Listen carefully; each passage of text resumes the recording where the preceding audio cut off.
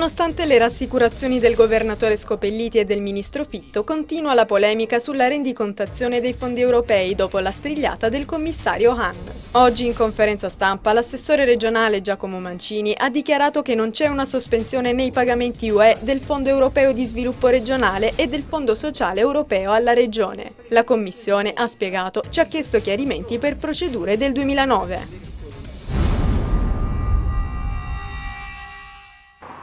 È continuato anche stamattina il presidio dei lavoratori della ditta di autolinee Lirosi, che da giorni manifestano a Catanzaro per il mancato pagamento degli stipendi, imputato alla riduzione degli stanziamenti destinati al settore dalla Regione. Dopo gli scontri di ieri sera con la polizia, che aveva caricato alcuni dimostranti alla stazione ferroviaria di Catanzaro Lido perché minacciavano di darsi fuoco, stamani non si registrano particolari conseguenze.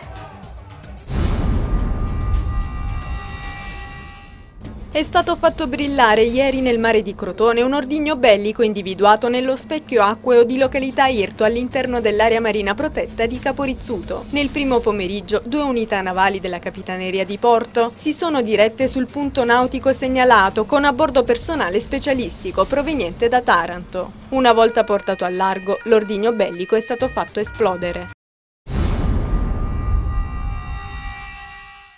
È stato ricevuto dal presidente della provincia di Cosenza Mario Oliverio e il giovane giornalista di San Giovanni in Fiore, Francesco Foglia. Le idee del 19enne sono state scelte tra migliaia di proposte giunte da ogni parte del mondo per la revisione del portale dei giovani www.europa.eu. Foglia farà gli interessi di tutti i suoi colleghi europei, parlando insieme ai vertici di Netlog, Facebook, Commissione Gioventù e Sport all'evento del 20 settembre al Parlamento europeo di Bruxelles.